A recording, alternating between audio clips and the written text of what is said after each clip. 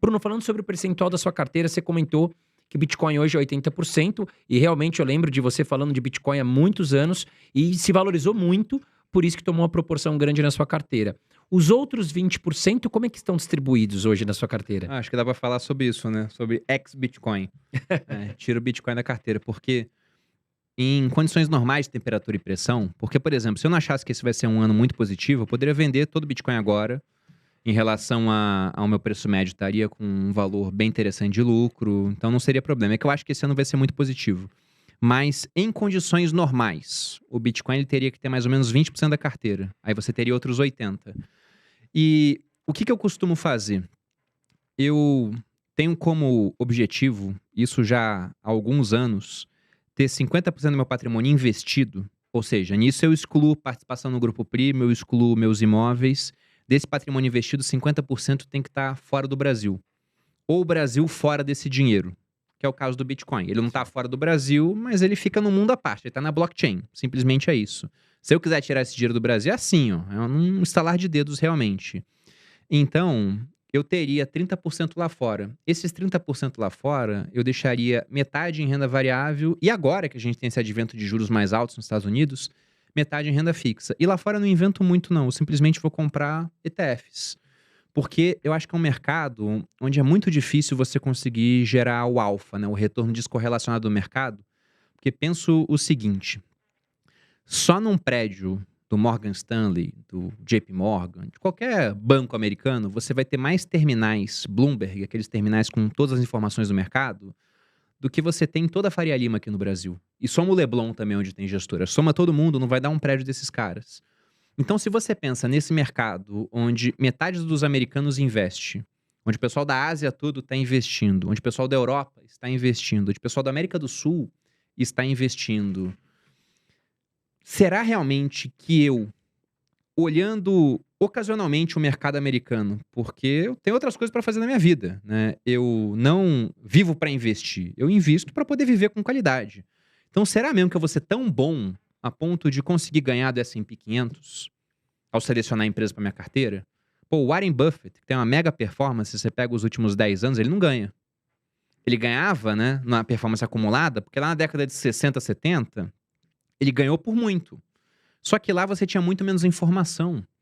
Então hoje, com abundância de informação, com taxas baixas, a ponto do pessoal poder pegar essa informação e interpretar, várias gestoras, vários analistas muito inteligentes, usando algoritmos, a inteligência artificial para poder interpretar aquilo, para decidir se compra ou vende porque tá caro ou barato, eu não acho que eu, ou você que está me assistindo é cirurgião, que passa horas operando um cérebro e vai olhar o mercado 2 vezes por hora na semana, vai ganhar desse negócio. Então lá fora eu vou comprar ETF, até porque o custo de um ETF lá fora é 0,03% ao ano.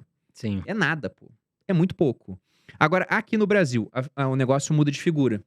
Porque enquanto lá fora você tem 150 milhões de americanos, fora o restante do mundo investindo, aqui CPFs em bolsa são 5 milhões.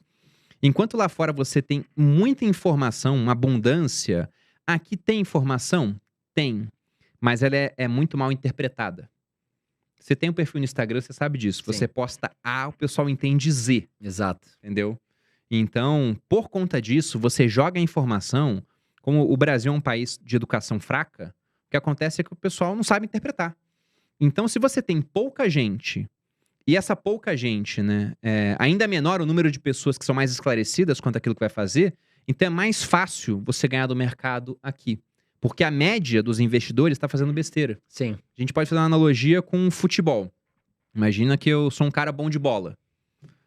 Aqui no Brasil eu consigo jogar bem, consigo me destacar no time. Lá fora é a Champions League, lá fora eu não fico nem no banco de reservas. Então lá fora eu vou investir via ETF. Sim. Aqui eu faço um stock picking, eu vou montar minha carteira de ações de fundos imobiliários. E pensando só em Brasil, o que eu teria mais ou menos de estrutura, e foi isso ao longo da minha vida. Até 60% em renda fixa. Bolsa não costuma passar de 30%, vai ficar variando, mas eu nunca tive uma alocação em bolsa de 40%, por exemplo. Quando eu digo bolsa ações, né? E fundos imobiliários giram em torno de 10%. Não passa muito disso também. 10%, chega até 15%. Então tem umas margens assim, porque se você monta uma carteira, no mês seguinte, uma parte andou mais, outra parte andou menos, então vai estar sempre variando. Mas eu sempre fui um cara mais conservador aqui no Brasil. E a renda fixa, hein, Bruno? Agora, com a queda de juros, ainda tá alto, né? Como a gente vem falando, mas a tendência é cair mais ainda. Você vem comprando produtos assim, você vem encontrando bons produtos de renda fixa, ou muitas pessoas falando que a renda fixa tá morrendo. O que você acha disso tudo? Isso da renda fixa morrer é uma história antiga, né? Quando a Selic caiu a 2%, muita gente falou, a renda fixa morreu. Só que o cara que botou o dinheiro na Selic, ele depois não pegou aquela queda da bolsa, onde teve a empresa caindo 80%, 70%, 60%, o dinheiro ele estava lá e rendendo cada vez mais no ciclo de subida. Então, renda fixa, na minha opinião, é parte estrutural de uma carteira. Não é só reserva de emergência, é realmente de uma carteira. Porque você tem bons produtos de renda fixa. Se você pega e compara performance de ativos, aqui no Brasil é muito difícil ganhar de um índice chamado IMAB. Esse índice ele é composto pelos títulos indexados à inflação oferecidos pelo governo, né? Não só os que estão no Tesouro Direto, porque o Tesouro Direto é um programa para pessoa física comprar título público, mas tem outros títulos que são vendidos em leilão, que fundo compra, banco compra, que são similares, alguns tiram do Tesouro, etc. A gente tem uma boa oferta de títulos lá. Mas se você pega, ganhar desse IMAB, que paga aí IPCA mais 5% agora, tá pagando IPCA mais 6%, poxa, IPCA mais 6% é coisa pra caramba. IPCA mais 5% agora é coisa pra caramba também. Então, se eu penso em renda fixa, um ativo que eu acho que não pode faltar na carteira de ninguém, pensando já em um pouco mais de volatilidade, né? Saindo do basicão, de Selic, alguma coisa assim, seria um ETF que vai ter uma cesta desses títulos indexados à inflação. E aí tem dois. Para quem gosta do IMAB mesmo, que pega todos os títulos indexados à inflação, tem o IMAB 11, vai pegar todos. Eu gosto mais da ponta curta. O que é isso? Títulos que vão vencer em até 5 anos. É o chamado IMAB 5, esse índice. Por quê?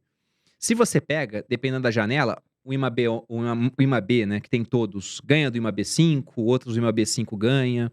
Mas é que o IMAB 5, ele tem o melhor retorno ajustado à sua volatilidade. No mundo de fundos, isso é chamado de Sharpe. Como é que se faz a conta do Sharpe? É o que você tem de rentabilidade, menos a taxa livre de risco, dividido pela volatilidade, o quanto oscila. Como você quer mais retorno para menos volatilidade, quanto maior esse número, melhor. Então, um Sharpe acima de 1, por exemplo, numa carteira, é um Sharpe interessante. O esquema Ponzi do Bernie Madoff foi o maior esquema Ponzi da história da humanidade. Movimentou uns 20 bilhões de dólares de valor real e uns 60 bilhões de valor fictício. Tem no Netflix uma série muito boa sobre isso, inclusive. O Sharpe dele, teve um cara que viu que era golpe pelo Sharpe. Ele calculou e falou, o Sharpe dele é 5. Impossível acontecer alguma coisa assim. Mas ele tinha um Sharpe de 5. O IMAB 5 tem um Sharpe melhor do que o IMAB. Porque ele pega os títulos mais curtos, que pagam IPCA mais 5, 5,5, chegaram a pagar IPCA mais 6. Só que como eles são mais curtos de vencimento, eles não sofrem tanto com a marcação a mercado.